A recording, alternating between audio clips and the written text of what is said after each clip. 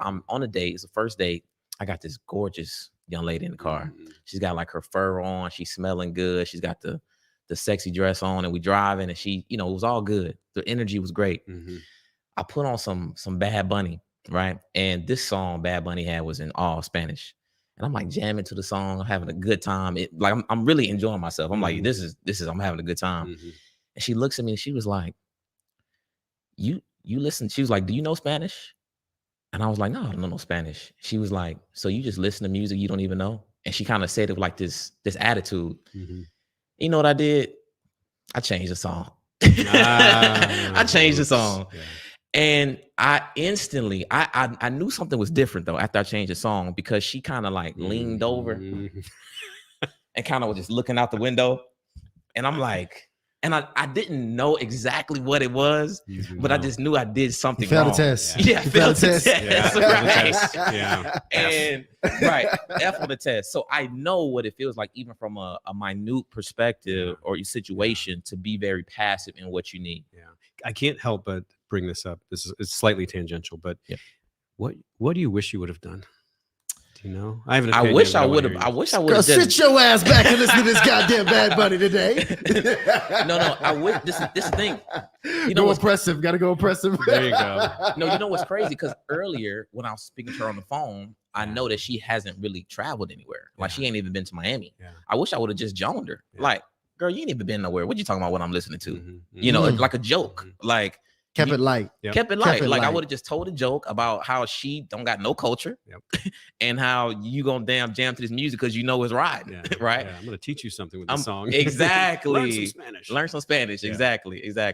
So I love that you said that, because I was gonna bring up. There's many ways. I write them in. I forgot which chapter, but I have like 7 or 8 different options in a situation like that. One is I was gonna say humor, which is what you correctly pointed out. When humor demolishes drama is something I always say. And sometimes they get dramatic with you, and we can dig into why they do that. But so humor demolishes drama. So humor is a great one. Curiosity is another one. I don't know if it fully fits the situation, but just this kind of type of situation. You can be like, oh, interesting. Is that offensive to you? Like, tell me more. And so it's just curiosity. Right. And you're not buying in, you're not acquiescing, you're not changing the channel. You're like, interesting. You're actually offended by this. Like for me, I actually think this is a virtue because but for you, it's, so it's all about curiosity. So those are definitely 2 go-to ways to handle when they come with that intensity that seems intractable at the time. Fellas, I hope y'all heard that. Don't let the ladies change what you're listening to on the radio.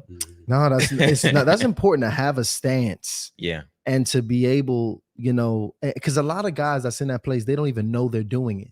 It's like they're just passively on autopilot. There's so much opportunity to really express myself and just stand on what I was doing and what I like. You just said it, Ryan. There's so much opportunity. There's so much opportunity for men, even in these tough situations. Yeah.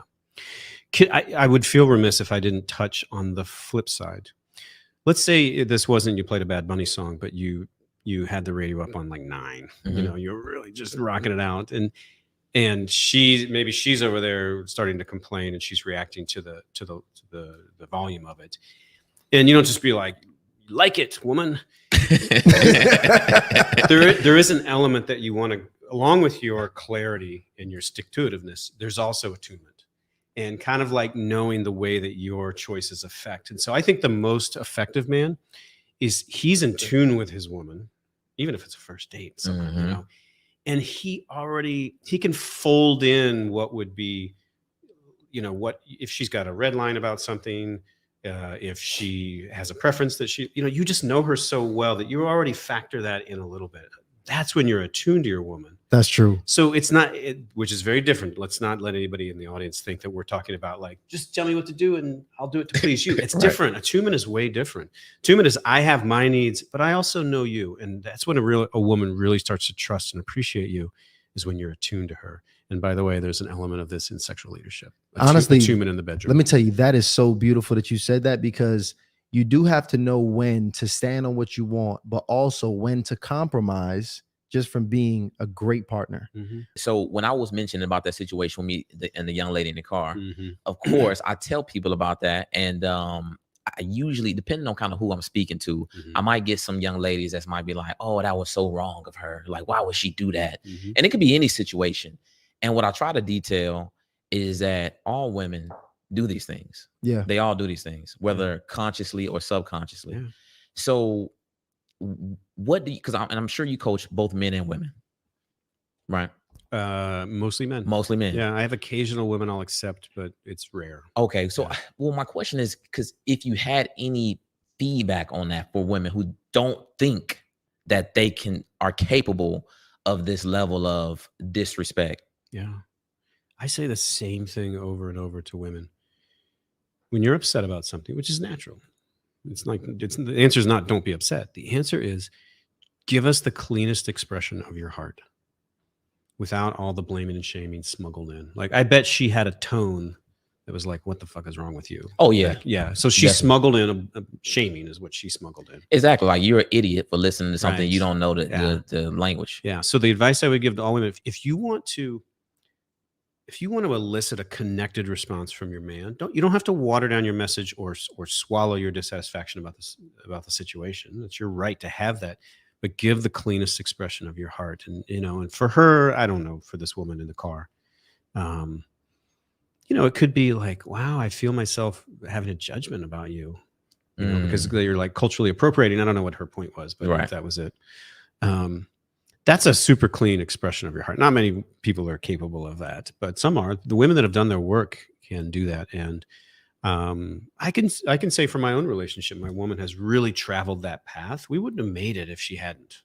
Now, we also wouldn't have made it if I hadn't had my journey as well, but we wouldn't have made it if she hadn't. And she's starting to learn to give the expression of the pain. And then she leaves so much space for me to want to be responsive, because I'm not having a reaction of being blamed and shamed. And that's the biggest thing that I think shuts men down, is we get blamed and shamed. And that's when we get defensive, or we blow it off, or whatever. So that's the advice that I would give to women.